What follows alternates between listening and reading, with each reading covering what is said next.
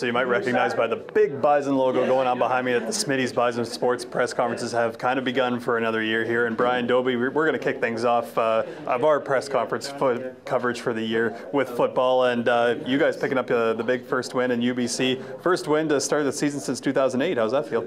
Yeah, I was just saying to some people the other day, I didn't realize that we hadn't won our opening game until after our win in Vancouver, and I thought, oh, this is a good feeling when you could take it in, on the bus on the way to the airport. And I thought, yeah, I haven't had this feeling for a while. It's been a few years. So I didn't know it was 2008. It was the last time we won our opener. But yeah, it's always a good feeling. And in CIS football with only 8 league games, a lot of people I know think NFL and CFL with 16 and 18 game schedules.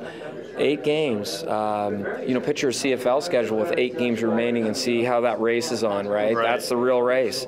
We're in the race from right out of the gates with 8 games. So we only have 7 left. Winning that first one or losing that first one are very significant. It's a good start. Speaking of racing out of the gates, you had 2 running backs going at full force, putting up more yards combined than I think Alberta did this week. Talk about the performance that they had, because Anthony Coombs I don't think was even in uniform for you guys. No, we've got 3 great tailbacks, and Anthony Coombs, Keenan LaFrance, and Nick Dembski.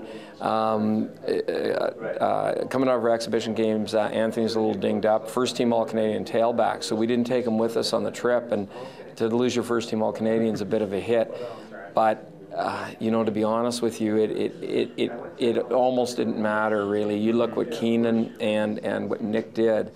All 3 of them, it doesn't matter who carries the football for us in those terms, because all 3 of them are very high-end tailbacks, very high-end athletes, and very productive. What happens when all 3 are healthy, it gives us more variables, more weapons with which we can attack. Nick Dembski, moving him over to receiver, those kind of things. We didn't have the luxury of doing that so much with only the 2 tailbacks on the road. So it opens things up for us more and gets all of them more touches on the ball. They're pretty scary. Cam Clark, of course, picking up his first win and his first start in the Canada West. Now, I guess talk about going into the game against Saskatchewan. What kinds of things are you looking for him in his second start?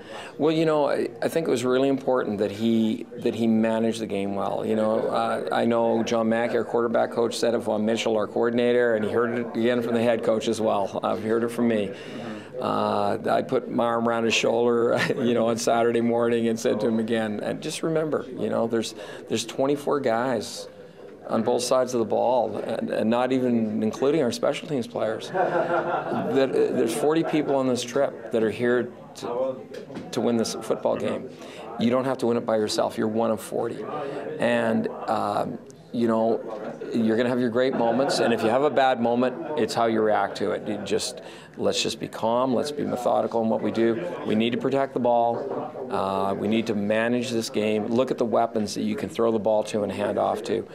Make them slave it for you, make them do the work, and give them all the credit in the world, and you come out the hero. And I thought Cam did a great job at that. He made some clutch plays, some big throws for us. He threw 1 pick.